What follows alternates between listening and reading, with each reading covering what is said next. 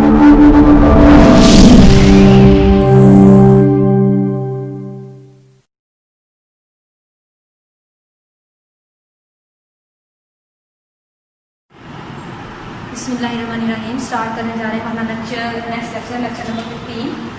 Chapter 5 आज start करेंगे। हमारे चैप्टर का नेम है atoms, molecules, mixtures and compound. ठीक है, चैप्टर 5 हम स्टार्ट करने जा रहे हैं। सबसे पहले हम यहाँ पे जो टर्म यूज़ की गई है मैटर, उसके बारे में बात करेंगे। मैटर क्या है? मैटर हम किसको कहते हैं? मैटर यानी मादा, जिससे मिलकर ये सारी यूनिवर्स, ये सारी कायनात बनी है, उसको हम क्या बोलते हैं? उसे हम मैटर कहते हैं। जितनी भी चीज़ें हैं यहाँ पे वो सारी किससे मिलके बनी है? वो मैटर से बनी है। अगर हम मैटर की बात करते हैं, मैटर किससे मिलके बना है? वो एटम से मिलके बना है। ठीक है, यहाँ पे हम ये बात कर रहे हैं जो मैटर है वो किससे मिलके बना है? एटम से मिलके बना है। अब अगर एटम को डिफाइन करें, एटम क्या है? एटम स्मॉलेस्ट पार्टिकल है मैटर का, वो छोटे से छोटा हिस्सा है जो किसी भी केमिकल रिएक्शन में हिस्सा लेगा। ठीक है, एटम की हम बात कर रहे हैं। एटम क्या है? इसी मैटर का पार्ट है, इसी का स्मॉलेस्ट एक पार्टिकल है जो कि केमिकल रिएक्शन में हिस्सा लेता है, बट ये इंडिपेंडेंटली एग्जिस्ट नहीं कर सकता।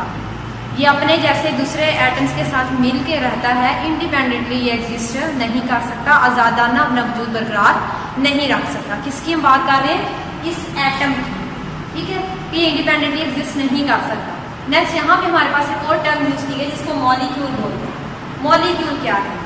अब ये जो एटम्स हैं जिसकी अभी हमने बात की, दो या दो से ज़्यादा एटम जब आपस में कंबाइन करते हैं तो मिल के एक लार्जर पार्टिकल बनाते हैं, एक बड़ा सब्सटेंस बनाते हैं। उसे हम क्या बोलते हैं? उसे हम मॉलिक्यूल का नाम देते हैं। अभी हमने बात की कि जो एटम है वो इंडिपेंडेंटली एग्जिस्ट नहीं कर सकता, तो उसके लिए वो क्या करता है? दो या दो से ज़्यादा एटम्स आपस में मिल जाते हैं, वो ज्वाइन करते हैं और मिलके एक बड़ा पार्टिकल बना देते हैं, उससे हम मॉलिक्यूल का नाम देते हैं। अब ये जो मॉलिक्यूल है ये इंडिपेंडेंटली एग्जिस्ट कर सकता है, आज़ादाना अपना वजूद बरकरार रख सकता है। अगर इसकी एग्जांपल हम देखते हैं, यहाँ पे आपकी बुक के अंदर दो एग्जांपल्स मेंशन है, साथ उनकी डायग्राम भी बनाई गई है।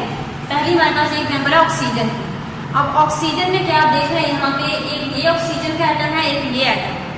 दो ऑक्सीजन के एटम्स आपस में मिले हैं, उन्हें मिलकर ये एक मॉलिक्यूल बना दिया। इसका फार्मूला जब हम लिखते हैं O2 से हम इसको रिप्रेजेंट करते हैं। तो अब ये क्या है? ये एक मॉलिक्यूल बन गया क्योंकि इसमें दो ऑक्सीजन एटम्स मौजूद हैं। अब ये इंडिपेंडेंटली एग्जिस्ट कर सकता है। नेक्स्ट हमारे पास यहाँ पे एग्जांपल दी गई है, वो वाटर की है, पानी। इसका फार्मूला क्या है? H2O। वाटर की अगर हम बात करते हैं, H2O की फॉर्म में ये एग्जिस्ट करता है। अगर हम इसके फार्मूला देखें, इसका स्ट्रक्चर देखें कैसा है। इसके अंदर आपको तीन एटम्स नजर आ रहे हैं। सेंटर में ऑक्सीजन एटम है, उसके साथ यहाँ पे उसकी साइड्स हैं, उनके साथ हाइड्रोजन के एटम्स अटैच हुए हैं।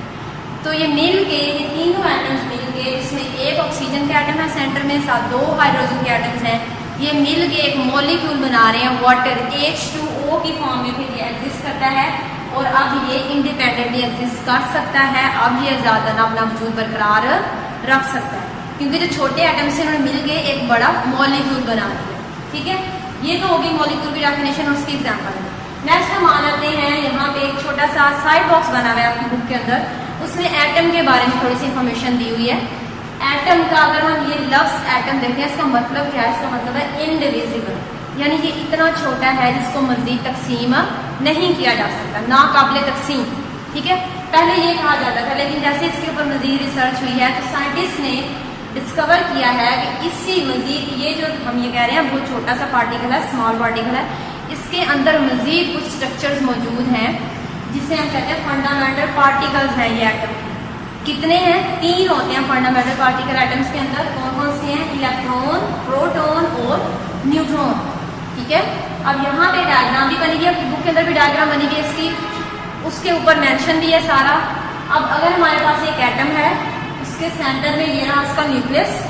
न्यूक्लियस के अंदर इसके ये दो फंडामेंटल पार्टिकल्स मौजूद हैं, यानी प्रोटॉन और न्यूट्रॉन एटम के न्यूक्लियस के अंदर मौजूद होती हैं।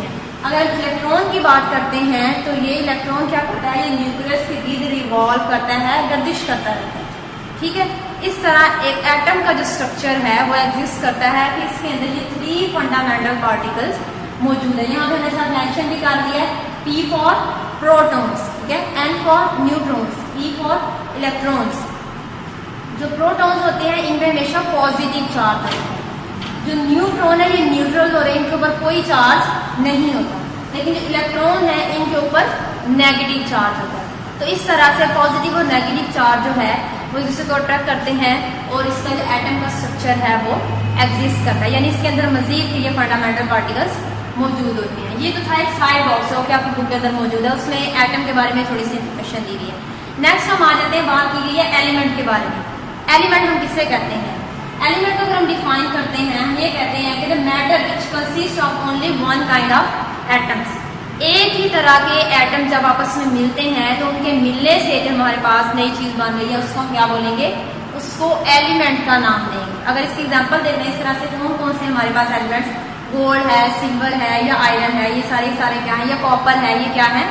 एलिमेंट्स हैं ये सारे, ठीक है।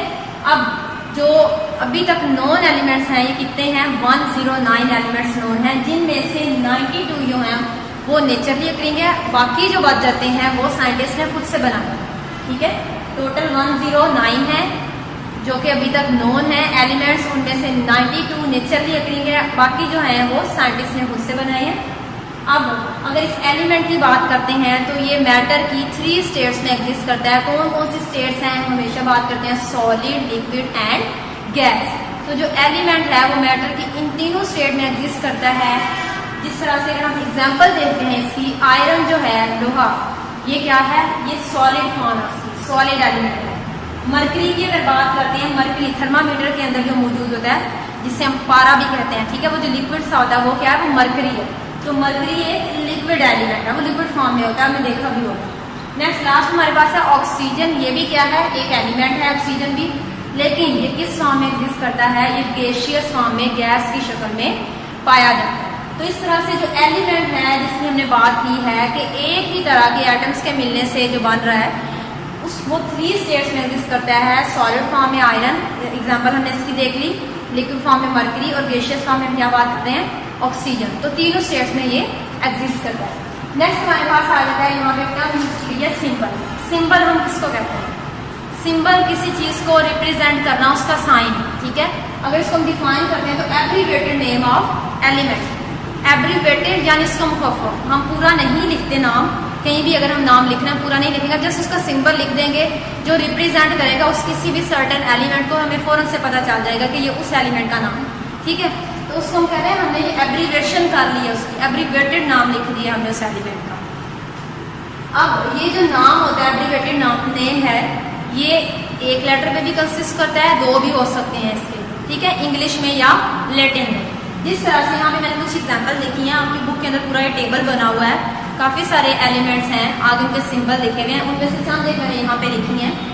अगर एक कहीं पे भी लिखा होगा तो हमें पता चल जाएगा ये किसको रिप्रेजेंट कर रहा है? हाइड्रोजन को रिप्रेजेंट कर रहा है। अगर कहीं पे C लिखा है तो हमें पता है ये कार्बन को रिप्रेजेंट कर रहा है, या अगर कहीं पे Na लिखा है तो इसका मतलब है ये सोडियम को रिप्रेजेंट कर रहा है। यानी हम कहीं पे भी पूरा नाम नहीं लिखते, हम जस्ट उनका सिंबल लिख देते हैं, उनका एब्रीविएटेड नेम लिख देते हैं एलिमेंट का, तो हमें पता चल जाता है हम किस एलिमेंट की बात कर रहे हैं। तो हमारे लिए इजी हो जाता है, पूरा नाम लिखने की बजाय हम जस्ट उसका सिंबल लिख दें। इसी तरह से Cl क्लोरीन को रिप्रेजेंट करता है, N नाइट्रोजन को रिप्रेजेंट करता है, ठीक है, O ऑक्सीजन को रिप्रेजेंट करता है। उसके अलावा बहुत सारी एग्जाम्पल यहाँ पे आपकी बुक के अंदर दी हुई हैं। यहाँ पे से ये मैंने चंद एक इनमें से लिखी हैं आपको समझाने के लिए कि होता क्या है सिंबल। जस्ट नेम का हम पहले 2 लफ्ज, पहला लफ्ज या पहले 2 जो उसके लेटर हम वो लिख देते हैं, फिर जो उस एलिमेंट को रिप्रेजेंट करता है, ठीक है। नेक्स्ट हमारे पास आती है क्लासिफिकेशन आ जाती है एलिमेंट्स की। एलिमेंट्स को हम क्लासीफाई करते हैं, 2 ग्रुप्स में इसको क्लासीफाई किया जाता है। एक हमारे पास है मेटल्स, दूसरी है नॉन मेटल्स। अभी जस्ट हम इनको डिफाइन करेंगे, नेक्स्ट लेक्चर में फिर हम मजीद आगे की प्रॉपर्टीज, इनकी फिजिकल प्रॉपर्टीज, इनके यूजेस वगैरह देख लेंगे। पहले डिफाइन करते हैं, इन्हें मेटल्स को डिफाइन करेंगे। मेटल्स क्या है? मेटल से मुराद वो सॉलिड मटेरियल है जो कि हार्ड भी होता है, वो सख्त होगा, शाइनी भी होता है, ठीक है, उसमें चमक भी होती है, और उसके अलावा उसके अंदर इलेक्ट्रिकल और थर्मल कंडक्टिविटी की पावर भी होती है, यानी उसके अंदर से बिजली भी गुजारी जा सकती है, उसके अंदर से हीट भी पास की जा सकती है, वो एक अच्छा कंडक्टर होता है। अगर हम बात कर रहे हैं मेटल की, यानी ऐसा मटेरियल जो हार्ड भी होगा, शाइनी भी होगा, और उसके अलावा उसकी जो कंडक्टर्स है, थर्मल कंडक्टिविटी की बात करते हैं या इलेक्ट्रिकल कंडक्टिविटी की बात करते हैं, तो बहुत अच्छा कंडक्टर होता है। अपने अंदर से हीट भी पास करने देते हैं, अपने अंदर से इलेक्ट्रिसिटी को भी पास करने देते हैं। तो इस तरह के हमारे पास जो मटेरियल्स होते हैं वो क्या कहलाते हैं, उन्हें मेटल्स का नाम देते हैं। फॉर एग्जांपल आयरन या सिल्वर अगर देखें हम तो ये भी क्या है, ये अच्छे मेटल्स हैं। नॉन मेटल्स को हम डिफाइन करते हैं। नॉन मेटल्स क्या हैं, मेटल्स को छोड़ के बाकी जितने भी एलिमेंट्स हैं वो क्या हैं, नॉन मेटल्स कहलाते हैं। बट इनकी कंडक्टिविटी अच्छी नहीं होती, ये नॉन कंडक्टर होते हैं, ठीक है। और उसके अलावा जैसे मैंने बात की मेटल्स जो हैं बहुत हार्ड होते हैं, बट जो नॉन मेटल्स होते हैं वो ब्रिटल होते हैं, भुरभुरे होते हैं, सॉफ्ट होते हैं, ठीक है। एग्जाम्पल अगर हम देखते हैं इसकी एग्जाम्पल कौन कौन सी हमारे पास यहाँ पे कार्बन है या ऑक्सीजन है या हाइड्रोजन है, ये सारे क्या हैं, ये नॉन मेटल्स हैं। तो यहाँ तक था आज का हमारा लेक्चर। नेक्स्ट अभी हमने जस्ट इन्हें डिफाइन किया है, नेक्स्ट लेक्चर में हम इनको मज़ीद डिटेल से इनकी प्रॉपर्टीज़ और यूजेस देखेंगे।